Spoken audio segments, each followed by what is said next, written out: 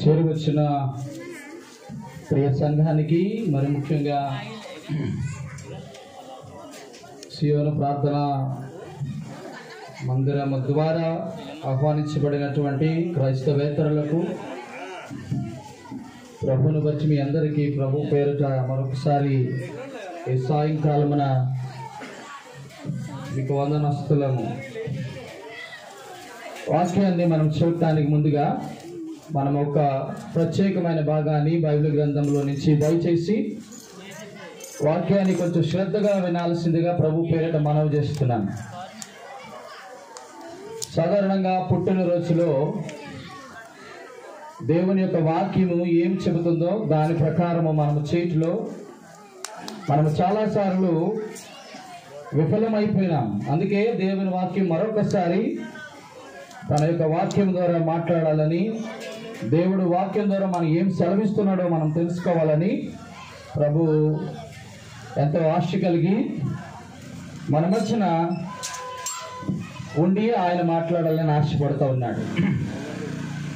దయచేసి గమనించండి. నిర్గమాకాండము, దయచేసి మీ గ్రంథాలు ఉన్నవారు ప్రతి ఒక్కరు కూడా అటు ఇటు చూడకండి.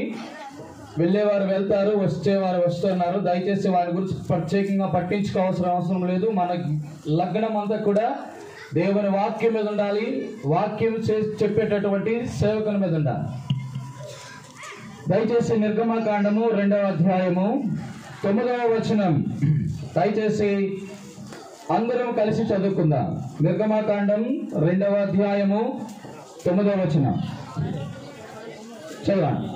ఫరో కుమార్తె ఆమెతో, ఈ బిడ్డను తీసుకొని పోయి నా కొరకు వానికి పాలిచ్చి పెంచుము, నేను నీకు జీతం ఇచ్చేదనని చెప్పగా ఆ స్త్రీ ఆ బిడ్డను తీసుకొని పోయి పాలిచ్చి పెంచెను.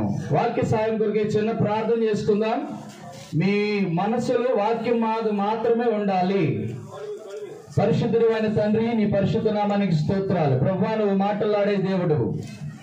ప్రభువా, ఎవరితో మీరు మాట్లాడదలిచినారో, ఈ వర్తమానం ఎవరికి అవసరతలో ఉన్నారో ఆ వర్తమానం ద్వారా మీరు హృదయాలను సంధించి స్పందించి వారి హృదయ లోతులలోనికి ప్రభువా నీ వాక్యాన్ని తీసుకొని వెళ్ళి నేరుగా, సూటిగా, ధాటిగా, స్పష్టంగా, సరళంగా మీరు మాత్రం మాట్లాడి సహాయం చేసి కృపను అనుగ్రహించమని ఈ ప్రపంచంలో దేవా నీవు మాట్లాడితే ప్రతి మనుషుడు వినాలి.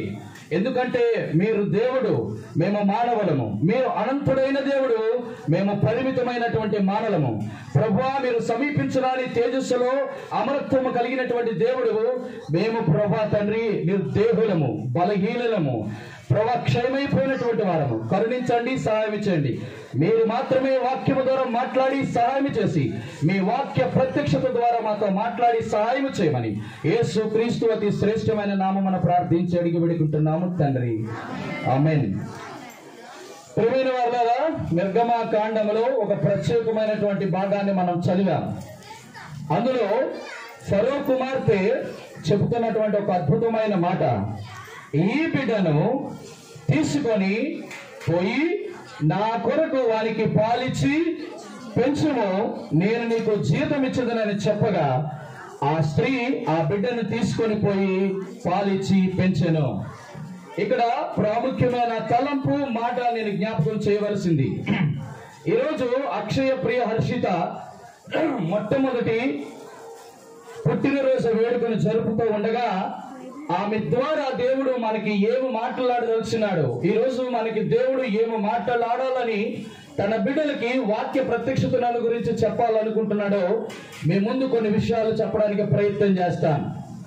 ఈ ప్రపంచంలో సాధారణంగా పుట్టినరోజు అంటే ఏవో చాలా విషయాలు చెప్పడానికి ప్రయత్నం చేస్తారు. కానీ దేవుని వాక్యము ఏ విధముగా ఒక బిడ్డని పెంచితే ఉన్నతమైన స్థితిలోనికి వెళ్ళగలుగుతాడో దానిని బట్టి దేవునికి ఎంత మహిమ వస్తుందో చూడటం కొరకు దేవాది దేవుడు కొన్ని లేఖన భాగాలు మనకు అనుగ్రహిస్తూ ఉన్నాడు.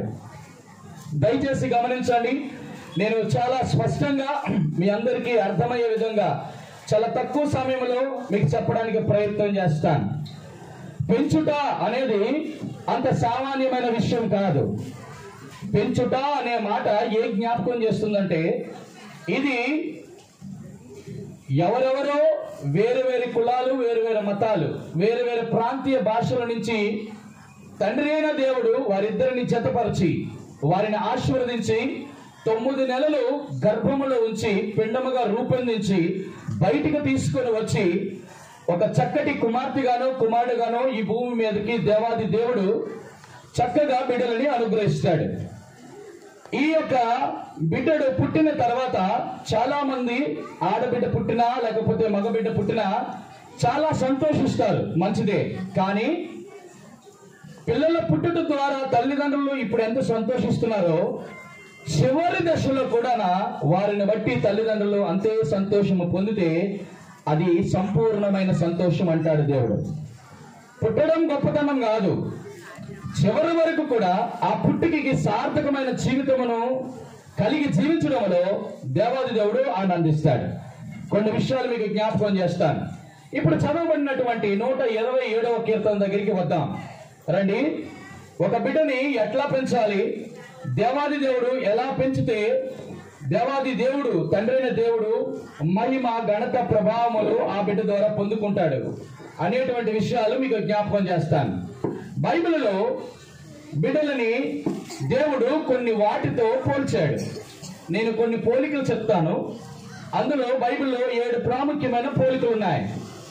ఆ పోలికలు చెప్పిన తర్వాత వారు చేయవలసిన పనులు చెప్తాను. ఆ పనులు చేసిన తర్వాత వారికి వచ్చే ప్రతిఫలాలు కూడా చెప్తాను. 3 విషయాలు మీరు జ్ఞాపకం చేసుకోండి. మొదటిది ఏంటి? పోలికలు. రెండోది ఏంటి? పనులు. మూడోది ఏంటి? ప్రతిఫలాలు. మీరు బాగా గమనించండి. బిడ్డలని భగవంతుడు, మీరు ఎవరిని పూజించినా ఎవరిని సేవించినా అవన్నీ పక్కన పెట్టండి. బైబిల్ గ్రంథం సెలవిస్తున్న మాట ఏంటంటే, పిల్లలట కొంత వాటితో పోలికలు పోలిస్తారు. మీరు చూడండి, సాధారణంగా లోకంలో చాలా అందముగా ఒక అమ్మాయి పుట్టింది అనుకోండి, ఆమెను ఏమంటారంటే, అబ్బా ఈమె చంద్రబింబం అంత అందము కలిగినదిగా ఉన్నది అంటారు. ఇప్పుడు దాని అర్థం ఏంటి అంటే, ఆమెను చంద్రబింబముతో పోలిస్తారు. అలాగే కొంతమంది మగబిడ్డలు పుట్టిన తర్వాత వాడు చిన్న వయసే కానీ తాటి చెట్టు అంత ఎత్తుగా పెరుగుతాడు. వాడిని ఏమంటే, ఒరే ఎంత తాటి చెట్టు అంత ఎత్తుగా పెరిగినావురా అని అంటారు. అంటే బిడ్డలని కొన్ని వాటితో పోల్చడం పరిపాటి. అయితే బైబిల్ గ్రంథంలో పోలికలు అటువంటి పోలికలు కావు. చాలా విలక్షణమైనవి, ప్రశస్తమైనవి, అమూల్యమైన పోలికలు పోలిస్తారు. ఇటువంటి పోలికలు ఎందుకు పోల్చాడు దేవుడు అనంటే, సాధారణంగా మీరు గమనించండి, ఒక చంటి బిడ్డ అందంగా పుట్టింది అనుకోండి, ఆమెను చంద్రబింబముతో పోల్చారంటే దాని అర్థం ఏంటి అంటే, ఆమె అంత అందగత్తే అని అర్థం. ఇప్పుడు ఉదాహరణకి అంత అందగత్తి కాకుండా ఏదో బలహీనంగానో నీరసంగానో మామూలుగానో చూడనసఖ్యముగానో ఒకవేళ పుడితే ఆమెను చంద్రబింబముతో పోల్చరు. అలాగే దేవాది దేవుడు తన బిడ్డలని ఈ లోకంలోనికి ఉద్భవించిన తర్వాత వారికి కొన్ని పోలికలు ఇచ్చాడు. అందులో నేను ఒకటి జ్ఞాపకం చేస్తానన్నాను కదా. ఆ 7 పోలికలు చెప్పి వారు చేయాల్సిన పనులు చెప్పి పనులు చేస్తే వచ్చే ప్రతిఫలాలతో నా సందేశాన్ని ముగిస్తాను. మొట్టమొదటిది రండి, 127వ కీర్తనలోకి వద్దాం. దయచేసి మీ పరిశుద్ధ గ్రంథాలను చేతబట్టుకున్నటువంటి వారు ఆ మైక్ ద్వారా దయచేసి చదివి వినిపించవలసిందిగా నేను కోరుకుంటున్నాను. 127వ కీర్తన మొట్టమొదటిగా 3వ వచనం.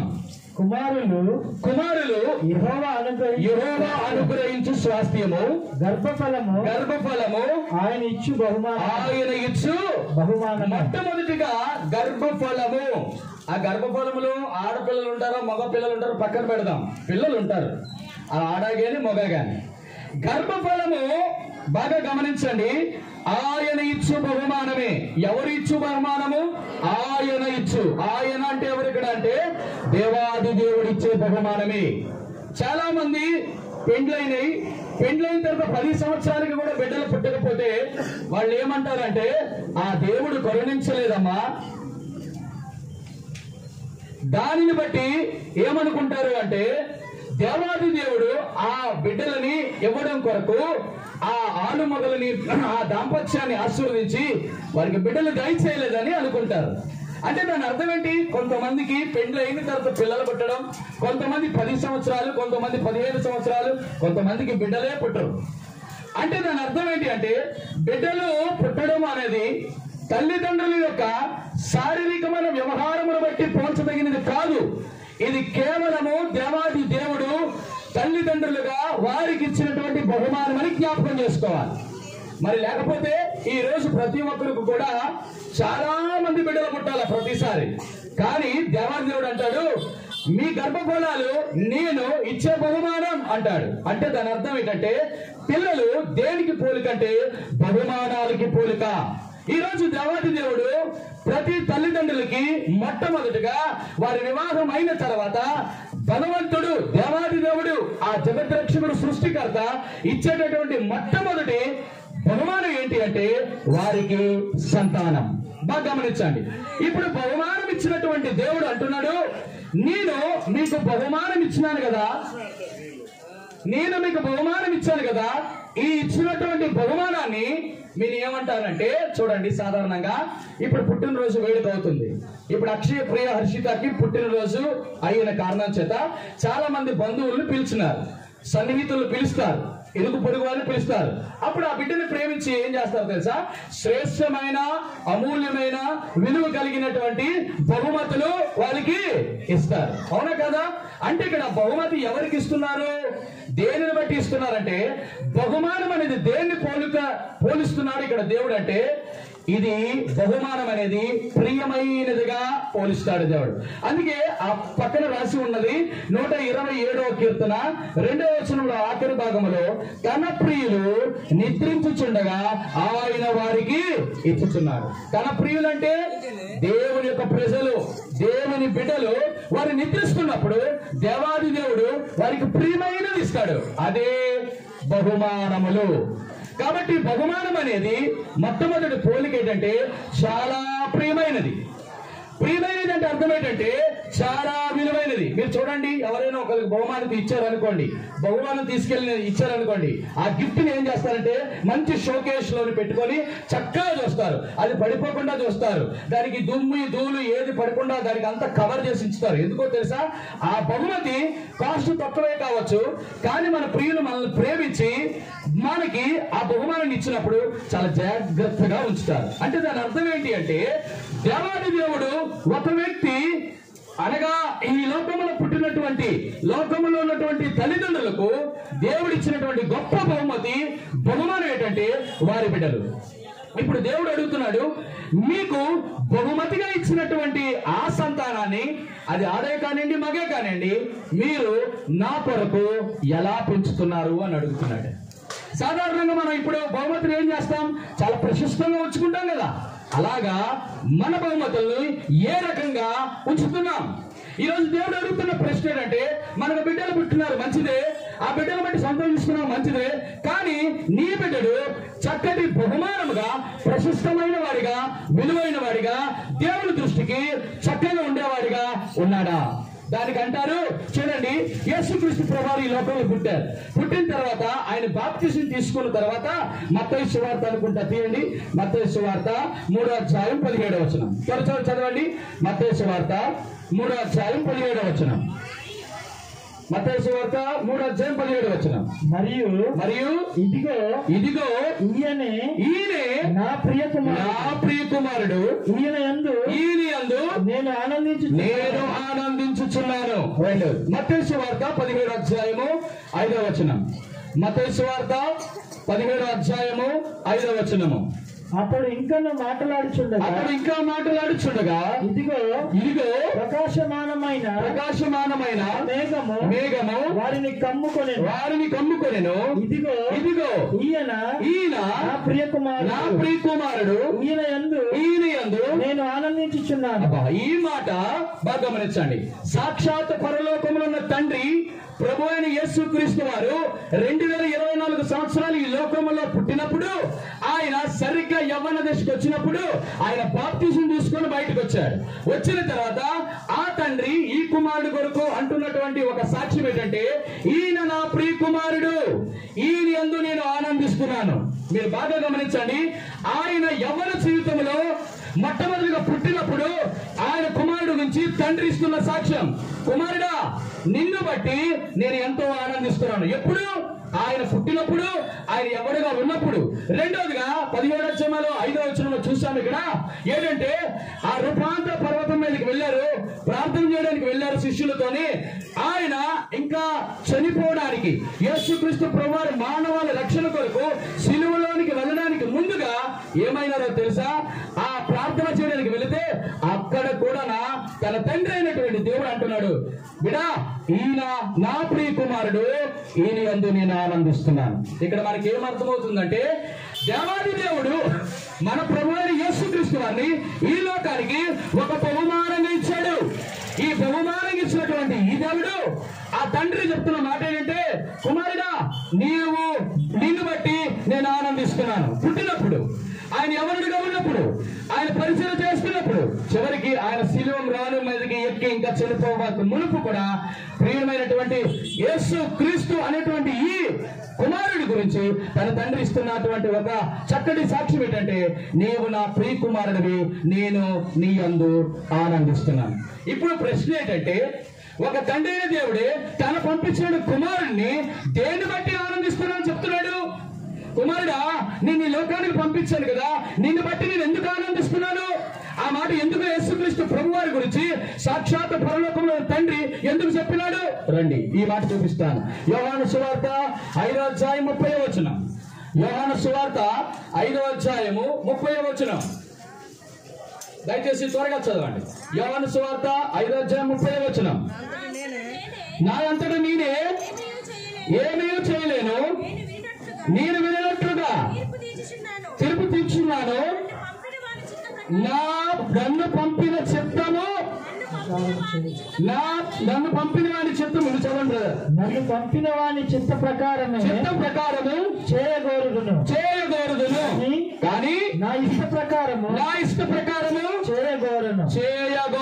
అదేవిధంగా యోహాను సువార్త 6వ అధ్యాయము 38వ వచనం. యోహాను సువార్త 6వ అధ్యాయం 38వ వచనం. నా ఇష్టము నెరవేర్చుకొనుటకు నేను రాలేదు, నన్ను పంపిన వాని చిత్తము నెరవేర్చుటకు పరలోకము నుండి దిగి వచ్చాడు. ప్రియమైన వారులారా గమనించండి, భౌతికమైన తల్లిదండ్రులు తమ బిడ్డల విషయంలో ఈయన నా ప్రియ కుమారుడు, ఈమె నా ప్రియ కుమార్తె, ఈమె నా యొక్క ప్రియమైన బిడ్డ, ఈమె నా ప్రియమైనటువంటి కుమారుడు అని చెప్పడానికి ఒక కారణం ఏంటో తెలుసా? ఏ తల్లిదండ్రులు బిడ్డలైతే తల్లిదండ్రులు చెప్పినట్టు, నాయన ఏ పని చేసినా మా నాయన చెప్పినాడు కాబట్టి నేను వచ్చిన, మా అమ్మ చెప్పారు కాబట్టి నేను మాట్లాడుతున్నా, మా అమ్మ ఎల్లమంది కాబట్టి వచ్చిన అని ఏ తల్లిదండ్రులు కింద అయితే ఆ యొక్క బిడ్డలు ఆ పని చేస్తారో అప్పుడు ఆ బిడ్డలను బట్టి ఆ తల్లిదండ్రులు ఎంతో సంతోషిస్తారు. ఈరోజు దేవుడు అడుగుతున్న ఒక ప్రశ్న ఏంటంటే, దేవాదేవుడు మనల్ని ప్రేమించి మన గర్భంలో బిడ్డలని ఉద్భవం చేసినప్పుడు, వాళ్ళ భూమి మీద పరవేసినప్పుడు ఏ రోజైనా నీ బిడ్డను బట్టి, నీ కుమారుని బట్టి, నీ కుమార్తెను బట్టి నువ్వు సంతోషించావా? నీవు సంతోషించలేకపోవడానికి కారణం ఏంటి? నువ్వు ఆనందించకపోవడానికి కారణం ఏంటి? అయ్యో నా బిడ్డని 9 మాసాలు మోసాను, అయ్యో విద్యాబుద్ధులు నేర్పించాను, చక్కటి ఉద్యోగం వచ్చినంత వరకు చదివించాను, నా కాయ కష్టాన్ని ఉపయోగించి వాడిని మంచి ఉన్నతమైన స్థితికి తీసుకొచ్చాను, కానీ ఇప్పుడు వాడి జీవితం చూస్తే మహా భయంకరంగా ఉంది. కారణం ఏంటంటారు? ఎందుకు అలాగైందంటారు? కారణం ఒకటి, ప్రియమైన వారులారా, ఇక్కడ యేసుక్రీస్తు ప్రభువారిని తండ్రి అయిన దేవుడు నా ప్రియ కుమారుని బట్టి నేను ఆనందిస్తున్నానని చెప్పడానికి కారణం ఏంటో తెలుసా? యేసుక్రీస్తు ప్రభువారు ఈ లోకంలో ఉన్నంతప్పుడు కూడా తన చిత్తము నెరవేర్చుకోవడానికి రాలేదు. తను చూసినా, తను మాట్లాడినా, తను వెళ్ళినా, తను ఏదైనా ఆలోచించినా నా తండ్రి చెప్తే నేను చేస్తాను, నా తండ్రి మాట్లాడితే నేను మాట్లాడతాను, నా తండ్రి ఇస్తేనే నేను ఇస్తాను. అంటే ఇది ఏం జ్ఞాపకం చేస్తుంది అంటే, పిల్లలు బహుమానాలుగా ఉండడానికి కారణము ఎప్పుడు అంటే, వారు విలువైన వారిగా, వారు ప్రశస్తమైన వారిగా ఎప్పుడు ఉంటారంటే, తల్లిదండ్రులని వారికి విధేయులుగా, వారు చెప్పినట్టుగా వారు విని కొనసాగితే అప్పుడు ఆ యొక్క బిడ్డలు ప్రియమైన వారులుగా, బహుమానాలుగా ఉంటారు. ప్రియ సహోదరుడా, సహోదరి, ఈరోజు దేవుడు నీకు ఇచ్చినటువంటి బిడ్డలు నీకు అట్లా ఉన్నారా? ఎప్పుడైనా నీ చక్కని మాట వింటున్నారా? నువ్వు చెప్పినట్టు నడుస్తున్నారా? నువ్వు చెప్పినట్టు వెళ్తున్నారా? నువ్వు చెప్పిన మాట ఆలకిస్తున్నారా? ఆలకించడం లేదు, చెప్పినట్టు నడవడం లేదంటే అర్థం ఏంటో తెలుసా?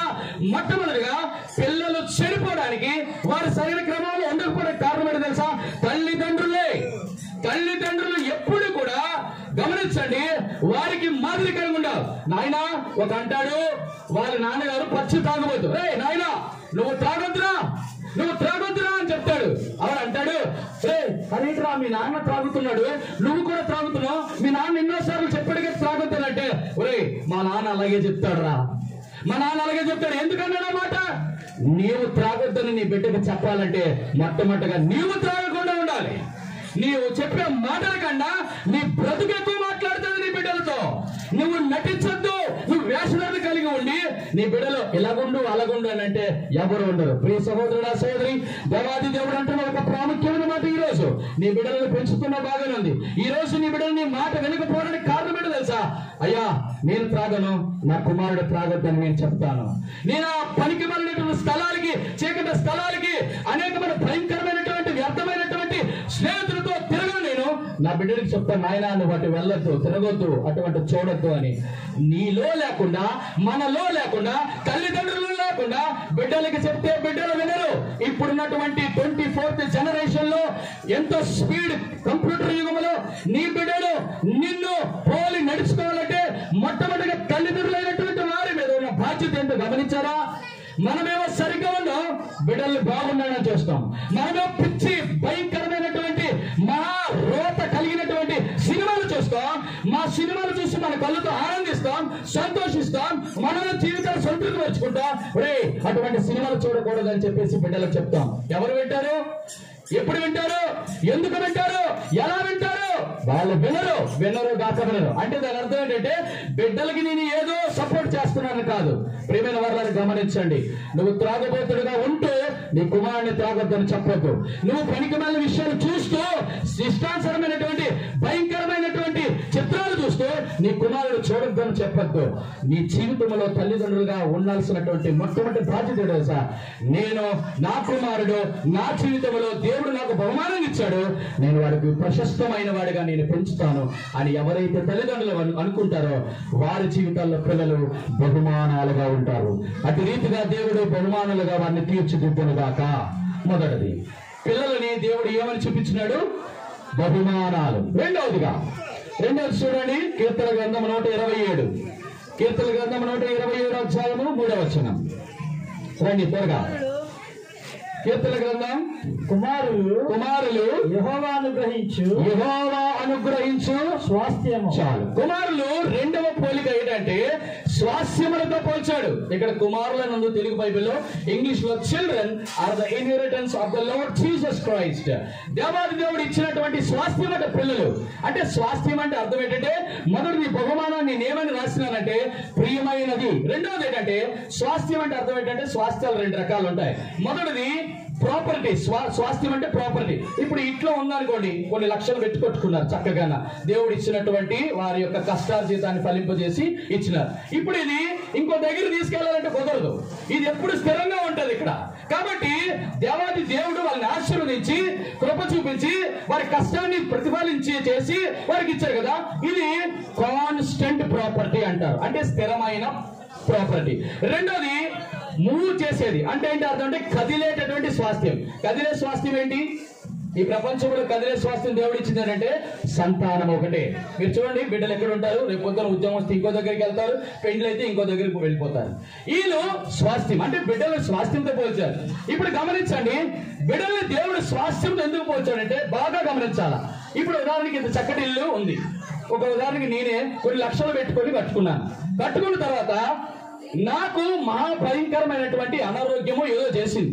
ఇప్పుడు ఏం చేశారంటే ఇంకొక దగ్గరికి వెళ్ళిన తర్వాత అప్పటికని ఇచ్చారు, అది కూడా అయిపోయింది. కానీ హాస్పిటల్ బిల్ పే చేయడానికి అవలా, ఇంకా కొంత డబ్బులు కావాలి. అప్పుడు ఏం చేస్తాం? మనకున్నది ఒక ఇల్లు అనుకోండి, ఏం చేస్తాం?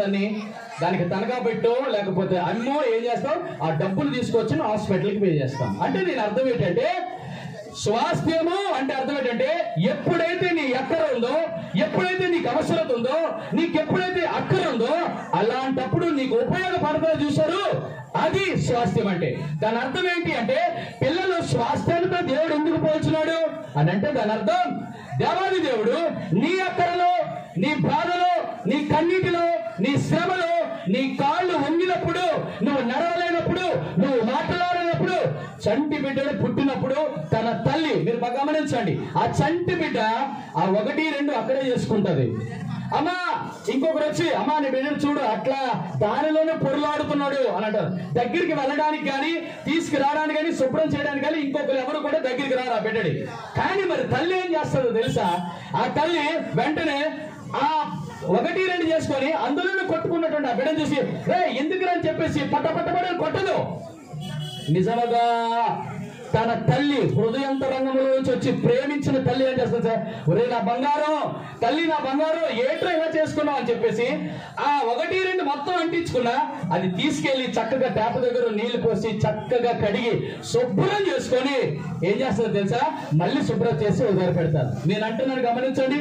నీ చిన్నప్పుడు నువ్వు 1, 2 చేసుకొని అంత దరిద్రంగా పొంగనటువంటి పరిస్థితిలో నీ తల్లి నిన్ను అసహించుకోలేనప్పుడు, నీ తండ్రి అసహించుకోలేనప్పుడు, నిన్ను ఎంత చక్కగా పెంచి పోషించినప్పుడు, ఒక్క రెక్కలు వచ్చిన వెంటనే, నీకు చక్కగా యవ్వనం వచ్చిన వెంటనే, నీ యొక్క శక్తి నీ కాలంలో, నీ చేతుల్లో బలం వచ్చిన వెంటనే, అయ్యో సంవత్సరాలు గతించిన పోయిన తర్వాత నా తల్లి నా తండ్రి తినకో తాగకో, ఉండో ఉండకో, లేకో చేయకో, ఎంతో కష్టపడి ఎన్నో రాత్రులు నా కొరకు కడుపు మార్చుకొని నన్ను చక్కగా చదివించారే, నా జీవితం అంతా బాగుగా ఉండాలని ఎంతో కష్టపడ్డారే, నా జీవితంలో నా తల్లిదండ్రులు లేకపోతే ఈ రోజు నీ స్థితిలో ఉండలేదే అనేటువంటి బిడ్డలు ఆ మొట్టమొదటి స్థితి మర్చిపోయి, నానా నా జీవితాల్లో ఉన్న పరిస్థితులు, ఆ తల్లిదండ్రులు ఆ యవ్వన కాలంలో నుంచి నీకు వృద్ధాప్యం వచ్చేటప్పటికి వాళ్ళు నడవలేక బాధపడుతున్న సమయంలో వారు ఏమైనా కొంచెము 1, 2 ఆ తల్లిదండ్రులు అక్కడ చేసుకున్నా, కొంచెం నడవలేకపోయినా, ఏదైనా చేసినా, హే ఈ వృద్ధురాలు చస్తే బాగున్నాం, ఈ నాన్న చస్తే బాగున్నాం, మా అమ్మ ఇంకెంతకాలం బాగుతుంది, మాకెందుకు ఈ శ్రమలు? అదే మాట నువ్వు పుట్టినప్పుడు 1, 2 అక్కడ చేసుకున్నప్పుడు, నీకు పాలు లేనప్పుడు గొప్ప పెట్టుకుని అరుస్తున్నప్పుడు, అయ్యో నా కొడుకుని నా కుమార్తెను ఎవరు చూడలేనప్పుడు, అయ్యో ఆకలేస్తుందంటే వాళ్ళ దగ్గర వండుకున్నది నీకు నాన్న ఇంకా ఆకలేస్తుందంటే ఆ అన్నం కూడా వాళ్ళకి వేసి నేను సమృద్ధిగా, అయ్యో నా కొడుకు తింటే నా ఆకలి తీరిపోతాను తల్లి అనుకున్నప్పుడు, ఈ విషయాలన్నీ జ్ఞాపకం చేసుకోకపోతే ఆ కుమారుడు స్వాస్థ్యం అంటారా, పనికొచ్చిన వాడు అంటారా, పనికిరాని వాడిని అంటారా, ఏమని అంటారు? మొట్టమొదటి దేవాదేవుడు అంటాడు, నువ్వు నాకు బహుమానం కొరకు పెంచు. నీ బిడ్డలను నీకు ఎలాగిచ్చానో తెలుసా? ప్రయోజనకరంగా ఉండాలి. ఈ రోజు నీ బిడ్డల్ని ప్రయోజనకరంగా ఉంచుతున్నావా? ఈ రోజు చాలా మంది బిడ్డలు ప్రయోజకులుగా కాకుండా నిష్ప్రయోజకులు అయిపోతున్నారు, ప్రయోజనం లేకుండా మారిపోయారు. ఈరోజు అక్షయ ప్రియ వర్షితోని వారిని ప్రేమించి దేవాది దేవుడు వారికి ఇచ్చినటువంటి ఆ బిడ్డని ఎలా పెంచుతారో భవిష్యత్తులో ఈ వాక్యాన్ని అనుసరించి ఆ తల్లిదండ్రులు ఇద్దరు వాక్యం వినట్లా ఎక్కడెక్కడ చూస్తున్నారు, బంధువుల గురించి ఆ వంటల గురించి ఎక్కడ చూస్తున్నారు. దేవుని వాక్యము ఇంత చక్కగా ప్రకటించినప్పుడు వారు దేవుని దగ్గరకు వచ్చి వినాలి. ముందు ఈ మాటలు ఎవరికి? బిడ్డలు కలిగిన వారికి, బిడ్డల పుట్టాలనుకోండి ఇంకా ఉన్నవారికి, అయ్యో నిజమే కదా దేవుడు నాకు బహుమానం ఇచ్చాడు, దేవుడి కొరకు బహుమానంగా పెంచాలి, దేవుడు నాకు ప్రయోజనకరమైన ఇచ్చాడు, ఈ ప్రయోజనకరమైన దేవుని కొరకు ప్రయోజనకరంగా పెంచాలి. ఈ రోజు నీ కుమార్తె నీ కుమారుడు దేనికి ప్రయోజనకరంగా ఉన్నారు? ఎవరికి యూస్ఫుల్ గా ఉన్నారు? ఎవరికి సహకారంగా ఉన్నారు? ఎవరికి ప్రయోజనకరంగా ఉన్నారు? ఒకవేళ అలాగా లేకపోతే నీ బిడ్డడు దేవుడు ఇచ్చినటువంటి దేని కొరకైతే ఇచ్చాడో ఆ యొక్క వ్యవహారము నీ ద్వారా, నీ బిడ్డ ద్వారా దేవుడు నెరవేర్చుకోలేడు. మొదటిది బహుమానంగా పెంచాలి, అనగా ప్రియమైనదిగా పెంచాలి. రెండవది ప్రయోజనకరంగా పెంచాలి. మూడవది చూడండి, మూడవ మాట 127వ కీర్తన 4వ వచనం. యవన కాలమందు పుట్టిన కుమారులు బలవంతుని చేతిలోని బాణముల వంటి వారు. మూడవ పోలిక పిల్లలు దేనితో పోల్చాడంటే బాణములతో పోల్చాడు. మొదటి దేనితో పోల్చాడు చెప్పాలి? ఎవరితో పోల్చాడు? బహుమానాలతో పోల్చాడు. రెండోది దేంతో పోల్చాడు? ఆస్త్యము. స్వాస్థ్యం అంటే నీకు ప్రయోజనకరంగా ఉండాలి, దేవుడికి ప్రయోజనకరంగా ఉండాలి. దేవునికి ప్రయోజనకరంగా లేకుండా, తల్లిదండ్రులకు ప్రయోజనకరంగా లేకుండా, ఇంకొకరికి ఎవరికో నీ యొక్క కుమార్తె కుమారుడు ప్రయోజనకరంగా ఉంటే ఉపయోగాల, దానివల్ల ఏ ప్రయోజనం ఉండదు. నీ కుమారుడు ఎంత సేవ చేస్తాడమ్మా బయట, ఏమైనా తల్లిదండ్రులకు ఏమైనా పోసావా అమ్మా, ఏమైనా పెట్టావా, ఏమైనా ఇచ్చావా? తల్లిదండ్రులు చూడు, బయట వాళ్ళకి మాత్రం అడిగితే మాత్రం అందరూ లెక్కిస్తావు. ఉపయోగం ఏంటి? ఏంటి? నిన్ను సృష్టించిన దేవుడికి నువ్వేది చేయవు, దేవుడి కార్యక్రమాల్లో ఏది పాల్గొ, మిగతా అన్నింటిలో పాల్గొంటావు. నీ వల్ల దేవుడికి ఉపయోగం ఏంటి? ఉపయోగం లేదు. రెండు, ప్రయోజనకరంగా ఉండాలి. మూడోది ఎలాగ ఉండాలంటే బాణములుగా ఉండాలి. ఎలా ఉండాలి? మరి ఒకసారి చదువుతారా? 3వ వచనం, 4వ వచనం. యవన కాలమందు పుట్టిన కుమారులు బలవంతుని చేతిలోని బలవంతుని చేతిలో బాణముల వంటి. గమనించండి, బాణాలు బలహీనుడి చేతిలో ఉంటే కనీసం యుద్ధం టైంలో ఎదుటివాడు విరోధి వచ్చినప్పుడు, శత్రువు వచ్చినప్పుడు ప్రయోగించడానికి కూడా వాడికి శక్తి చాలు. అదే ఈ బాణాలు అంబుల పొదిలో బలవంతుడి చేతిలో ఉంటే వాడు బాణం ఎక్కువ తీసి విల్లులో పెట్టి లాగి కొడితే నీ ముందున్నటువంటి శత్రువు కూడా హతమవడానికి ఛాన్స్ ఉంటుంది. ఇక్కడ బలవంతుడు ఎవరు అంటే దేవుడు, బాణాలు ఎవరంటే మనం. ప్రియమైన వాళ్ళారా, ఆయన అంబుల పొదిలో నువ్వు బాణాలుగా ఉండాలనుకుంటాడు. అంటాడు, ఒక రకమైన శత్రువు ఈ లోకంలో ఉంది, ఈ శత్రువుని నేను బెదిరించాలంటే నువ్వు నాకు బాణములుగా ఉంటే నేను ప్రయోగిస్తాను, నువ్వు నాకు బాణముగా ఉంటావా? బాణాలుగా ఉన్నప్పుడు ఆ బలవంతుడు ఆ యొక్క బాణాలు ఉపయోగించినప్పుడు నీ ముందున్న శత్రువు ఎటువంటి వాడైనా నేలను కూలుస్తాడు. అంటే అర్థం ఏంటి? మూడోది ఏం జ్ఞాపకం చేస్తానంటే, మొదటిది ప్రియమైన వారిగా పెంచాలి, రెండవది ప్రయోజనకరంగా పెంచాలి, మూడోది దేవుని చేతిలో పరికరాలుగా పెంచాలి. దేవుడి చేతిలో పరికరాలు ఉంటే దేవుడు వాడుకుంటాడు. ఇప్పుడు విషయం ఏంటంటే, బాణాలు ఉన్నాయి, ఆ బాణాలు ఒకవేళ శత్రువు వచ్చినప్పుడు అది ఉపయోగపడలేదు అనుకోండి, ఉపయోగం ఏంటి? పరికరం అయితే ఉంది, ఆ పరికరము ప్రయోజనకరంగా ప్రియమైనది ఉంటే దేవుడు తగిన సమయంలో ఏం చేస్తాడు? ఆ బాణాలు తీసి శత్రువుని చేస్తాడు. ఇంతకీ విషయం ఏంటంటే చెప్పదలుచుకుంది, బలవంతుని చేతుల్లోని బాణాలుగా ఉండాలంటే నీ బిడ్డలు ఎలాగ మారాలో ఒక 3 చెప్తాను. రండి, జకర్యా గ్రంథం 12వ అధ్యాయం. జకర్యా గ్రంథం, ఈ బాణాలు బలమైన బాణాలుగా ఉండాలంటే ఏం చేయాలి? జకర్యా గ్రంథం 12వ అధ్యాయము 5వ వచనం. అప్పుడు యెరూషలేములోని అధికారులు యెరూషలేము నివాసులు తమ దేవుడైన యెహోవాను నమ్ముకొనుట వలన మాకు బలము కలుగుచున్నది. మొట్టమొదటిది, నీ బిడ్డలు బలవంతుని చేతిలో బలమైనటువంటి బాణాలుగా ఉండాలంటే మొట్టమొదటిగా నీవు దేవుని నమ్మాలి. మొదటిది. రెండవది నెహెమ్యా గ్రంథం 8వ అధ్యాయం 10వ వచనం. నెహెమ్యా గ్రంథం 8వ అధ్యాయం 10వ వచనం. నెహెమ్యా గ్రంథం 8వ అధ్యాయం 10వ వచనం. చదువుతారు గట్టిగా. మరియు అతని వారితో ఇట్లనెను, పదండి, క్రొవ్విన మాంసము భక్షించుడి, మధురమైన దాని ప్రాణము చేయుడి. ఇది వరకు తమ కొరకు ఏమీ సిద్ధము చేసుకొనని వారికి పంతులు పంపించుడి. ఏలి అనగా ఈ దినము మన ప్రభువునకు ప్రతిష్ఠితమాయెను. మీరు దుఃఖపడకుడి, యెహోవా యందు ఆనందించుట వలన మీరు బలమందుదురు. రెండోది, దేవుని యందు ఆనందించుట ద్వారా నీ బిడ్డలు బలమైన బాణాలుగా ఉంటారు. మూడవది, రండి ఇంకొక మాట చూపిస్తాను. యెషయా గ్రంథము చాలా అద్భుతమైన మాట. 8వ అధ్యాయం, రోమీయులకు రాసిన పత్రిక 8వ అధ్యాయము లేక యెషయా గ్రంథం 40వ అధ్యాయము 31వ వచనం. యెషయా గ్రంథం 40వ అధ్యాయం 31. యెషయా గ్రంథం 40:31. ఎదురు చూచువారు నూతన బలము చూడండి, 3 విషయాలు చెప్పాను.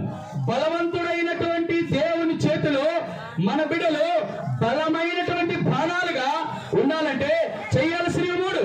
మొదటిది, యెహోవాను నమ్ముకొనుట వలన. 2, యెహోవా కొరకు ఎదురు చూచుట వలన. 3, యెహోవా యందు ఆనందించుట వలన. ప్రియ సహోదరుడా, సహోదరి, నీ బిడ్డలు ఈరోజు బలహీనులుగా ఉండడానికి కారణం ఏంటి?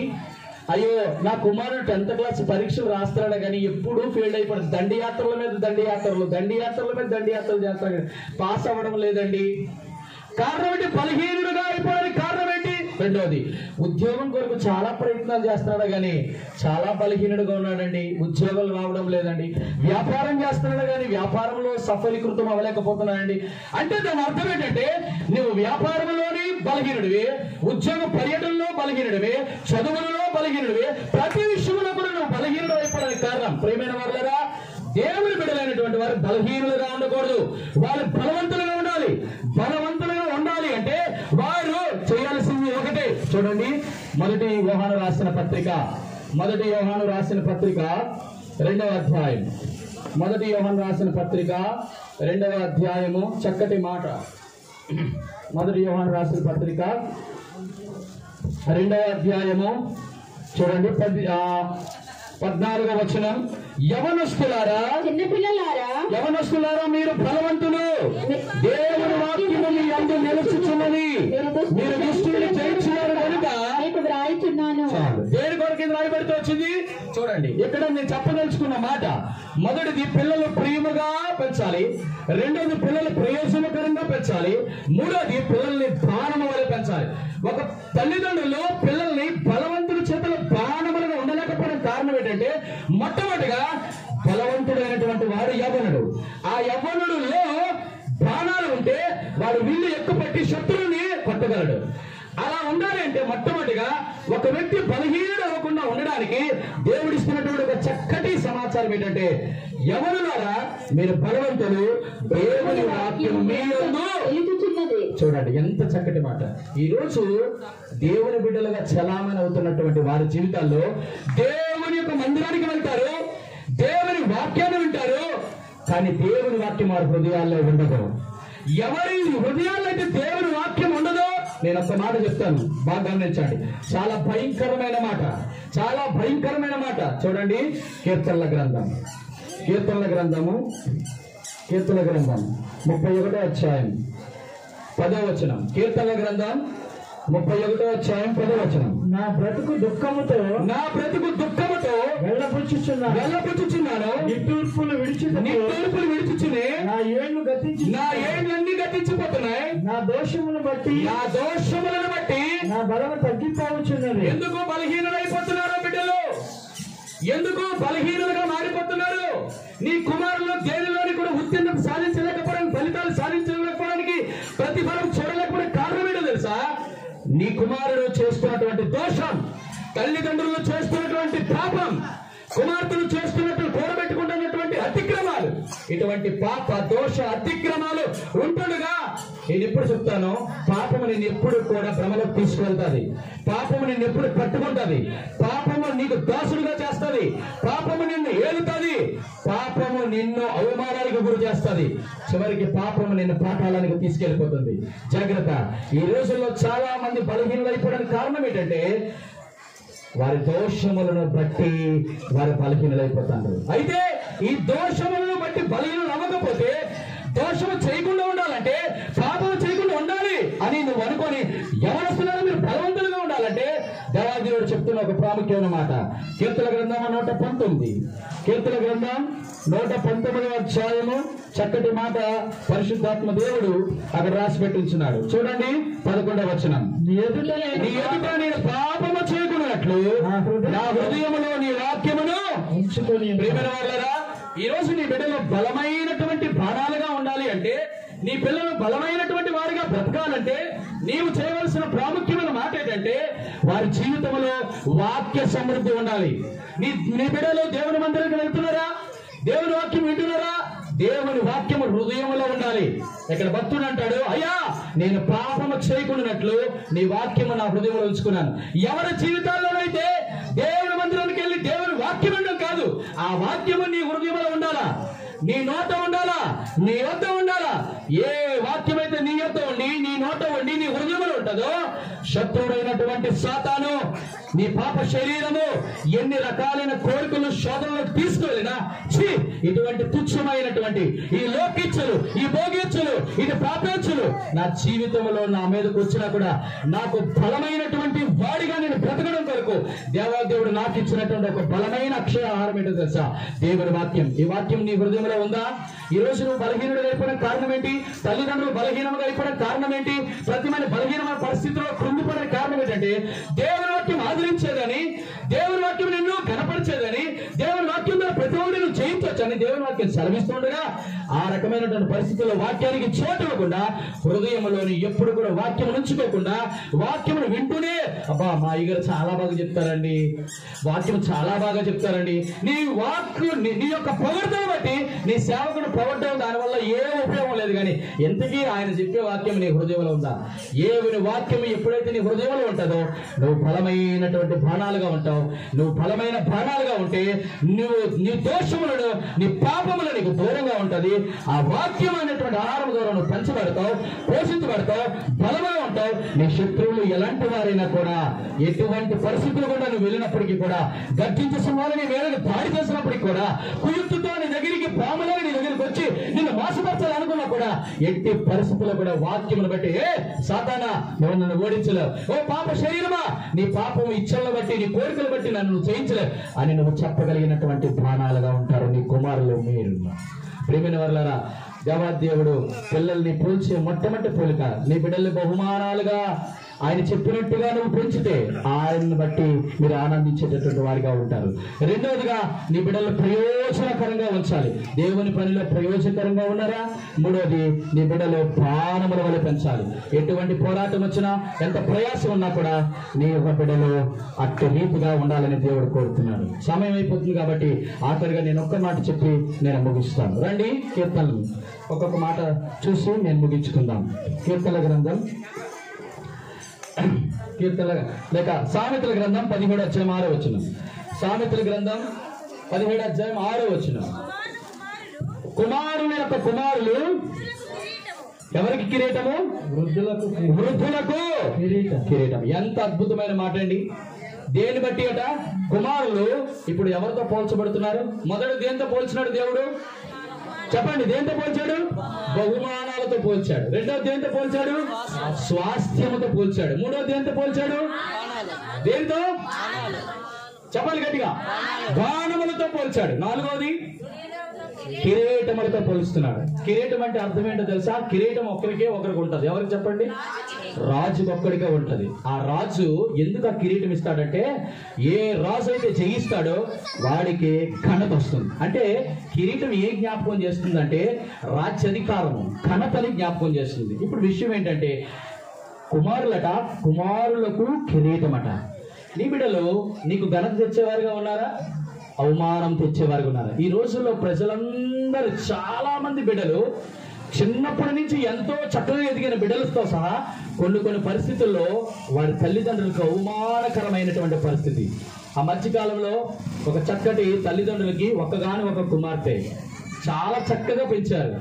అందాల రాశి, ముగ్ధ మనోహరి స్వరూపిణి. ఆమె పుట్టినప్పటి నుంచి కూడా తల్లిదండ్రులు చాలా వన్ని తెచ్చినటువంటి బంగార లేడి పిల్లలా పెంచుకున్నారు. కొన్ని రోజులు గడిచాయి, జీవితం అంతా బాగుంది, చక్కనటువంటి ఉద్యోగం, చక్కనైన విద్యాభ్యాసం చేసింది.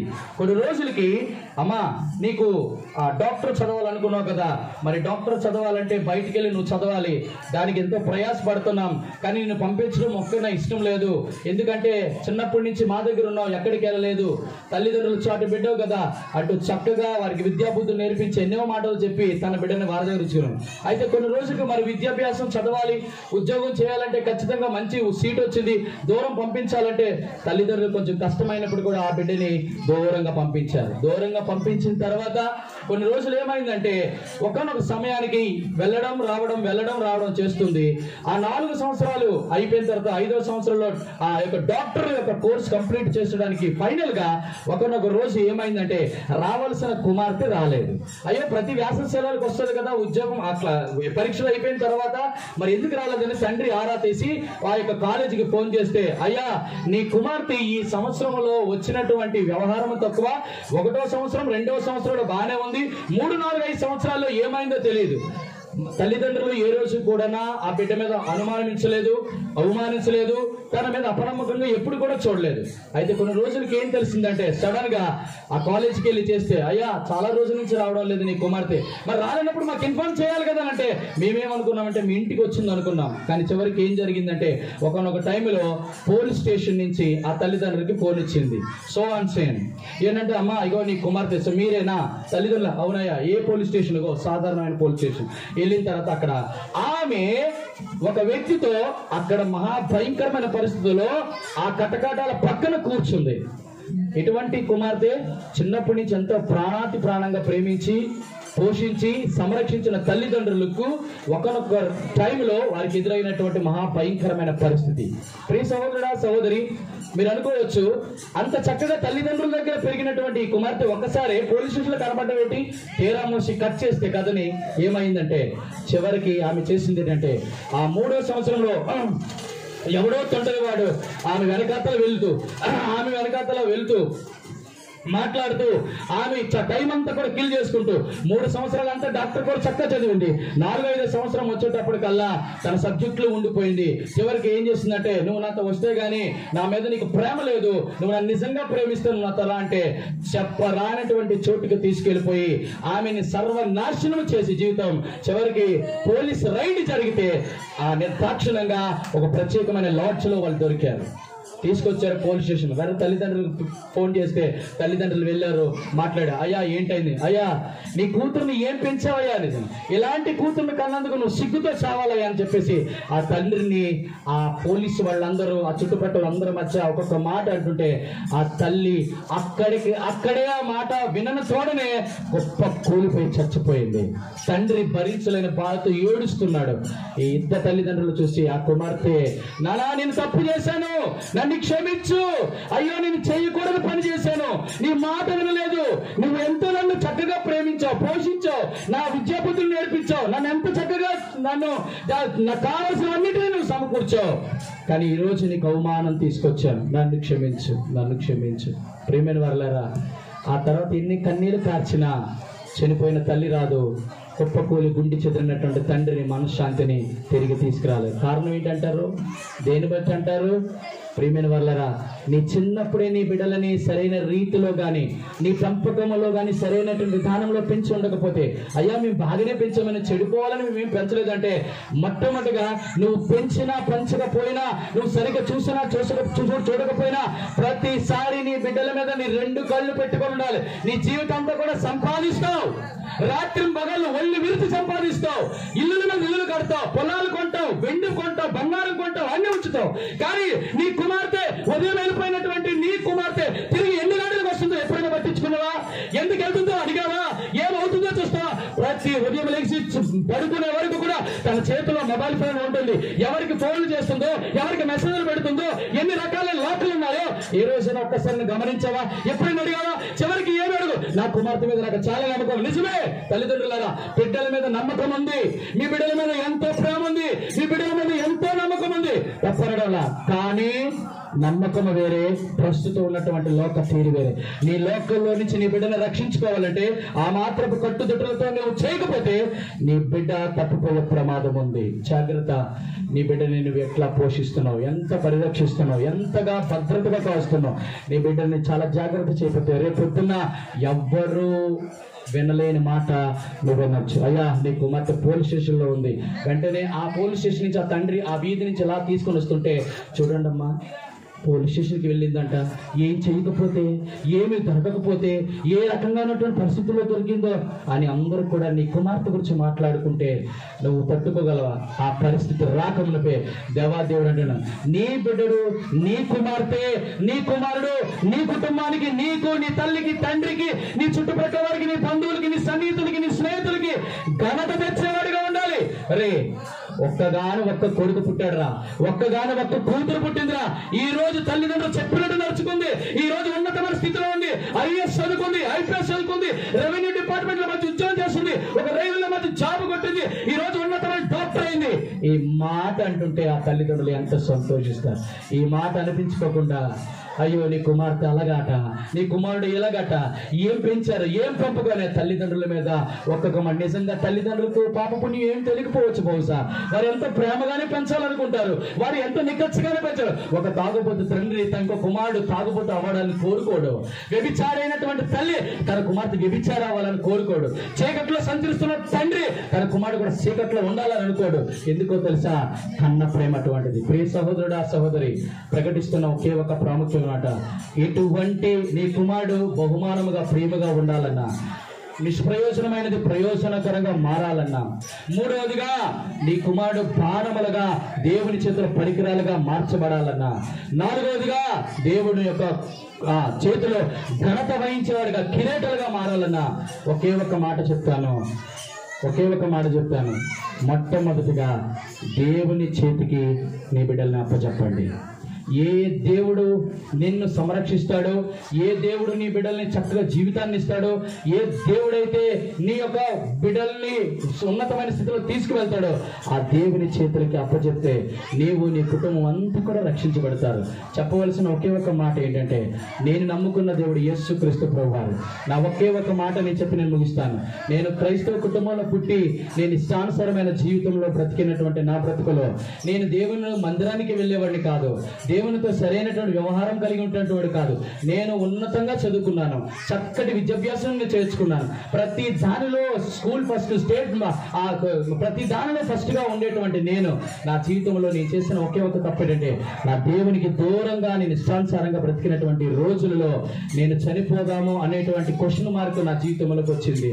నేను ఎవరి కోసం బ్రతుకుతాను, ఎందుకోసం బ్రతుకుతాను, ఎందుకు చదివాను, ఎందుకు ఉద్యోగం చేస్తున్నాను, నాకేంటి పరిస్థితి అనుకున్నటువంటి ఒకే ఒక రోజులో దేవుడు నాకు ఇచ్చినటువంటి ఒకే ఒక ఆశ ఏంటో తెలుసా? నీవు నన్ను నమ్మితే, నీవు నా కొరకు ఎదురు చూస్తే, నీవు నాలో ఆనందిస్తే నేను నిన్ను బలవంతుడిగా చేస్తాను, నువ్వు నా కొరకు సాక్షుడుగా నేను వాడుకుంటాను అనేటువంటి ఆ ఒక్క మాట ద్వారా దేవాది దేవుడు నన్ను సంధించినాడు.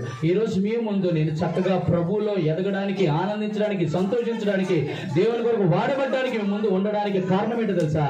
యేసుక్రీస్తునందు నేను విశ్వాసం ఉంచాను. యేసుక్రీస్తు ప్రభువు నేను పరిపూర్ణంగా నమ్మాను. యేసుక్రీస్తు దేవుడు తప్ప నా జీవితంలో ఈ వ్యసనాల నుంచి, ఈ పాపిష్టి కార్యాల నుంచి, ఈ పాపము చూపుల నుంచి, ఈ పాపము మాటల నుంచి నన్ను ఎవరు విడుదల చేయలేకపోయారు, నన్ను ఎవరు మార్చలేకపోయారు. నేను నమ్ముకున్న నా స్నేహితులు, నా మాస్టర్స్, నా టీచర్స్, నా బోధకులు, నా గురువులు ఎంతమంది నన్ను ఎవ్వరు ఏం చేయలేకపోయారు. కాకపోతే మార్చిన వాడు ఒక్కడే, నా యేసుక్రీస్తు. నీ హృదయాన్ని సమర్పించగలిగితే, దేవా నేను నిన్ను నమ్ముతున్నాను, నీ కొరకు ఎదురు చూస్తాను, నీలో ఆనందిస్తాను, నా జీవితంలో ప్రతి పాపపు డాగు దోషాన్ని, పాప అతిక్రమాలను తుడిచివే అని నేను ఒక్కసారి ప్రభు దగ్గర నేను మోకరిల్లి ప్రార్థన చేసి నా పాప స్థితిని అంతటిని కూడా ఆయన దగ్గర ఒప్పుకున్న తర్వాత దేవుడు నన్ను పరిశుద్ధపరిచాడు, నీతిమంతుడుగా మార్చాడు. నా జీవితంలో ఒకప్పుడు పాపపు చూపులు ఇప్పుడు లేవు, పాపపు మాటలు ఇప్పుడు లేవు, పాపపు స్థితి నా దగ్గర లేదు, పాపపు చీకటి సందులో వెళ్ళేటువంటి పరిస్థితి లేదు, చీకటి భయంకరమైనటువంటి దృశ్యాలు చూసినటువంటి అటువంటి లేకుండా పోయింది. కారణం ఏంటి తెలుసా? ఈ రోజు నిర్భయంగా 100 మందిలో కూడా నేను చెప్పగలను నా యథార్థమైన జీవితం ప్రభువుకి ఎరుక. దీనికి కారణం ఏంటి తెలుసా? యేసునందు విశ్వాసం ఉంచాను, యేసు ప్రభువు నా పరిపూర్ణమైన రక్షకుడుగా నా హృదయంలో అంగీకరించాను. ప్రియమైన వాళ్ళరా, ఈ రోజు నీ బిడ్డడు బహుమానంగా ఉండాలన్నా, ప్రేమగా ఉండాలన్నా, ప్రయోజనకరంగా ఉండాలన్నా, పరికరాలుగా ఉండాలా, దేవుని కొరకు ప్రతిష్టత కలిగినటువంటి వారిగా ఉండాలంటే ఒకే ఒక మాట చెప్తాను. నీ బిడ్డడు ఏ స్థితిలో ఉన్నా, తల్లిదండ్రులారా మీరు ఏ స్థితిలో ఉన్నా, యేసయ్యా నన్ను క్షమించు, నా పాపములు క్షమించు, నా దోషములు క్షమించు, నేను చేయరాని అనేకమైన కార్యాలు చేశాను, నా పాపం నుంచి ఎవ్వరు నన్ను విడిపించలేరు, నువ్వు ఒక్కడివే నీ సిలువ రక్తంతో నన్ను కడిగి పవిత్రపరచండి, నువ్వు నా కొరకు ఈ లోకంలోకి వచ్చావు, నువ్వు నా కొరకు మరణించావు, ఇగో తిరిగి నిన్ను నమ్మితే నన్ను నా జీవితం అంతా మార్చి వేస్తావన్నావు కదా, ఇగో నీ దగ్గరికి వస్తున్నాను, రాజ్యమం శరణాగత వత్సల, నీ దగ్గరికి నేను వచ్చి నేను మొరపెట్టుకుంటున్నాను, దయచేసి నన్ను క్షమించండి. ఒక్క మాట నువ్వు చెప్పగలిగితే పగిలిపోయిన జీవితం, పాడైపోయిన జీవితం, ఎందుకు కోరదగని జీవితాన్ని దేవుడు ప్రయోజనకంగా మార్చి అనేకులకు ఆశీర్వాదకరంగా మారుస్తాడు. దేవుడి వాక్యం దీవించి ఆశీర్వదించును గాక. దయచేసి ఒక చిన్న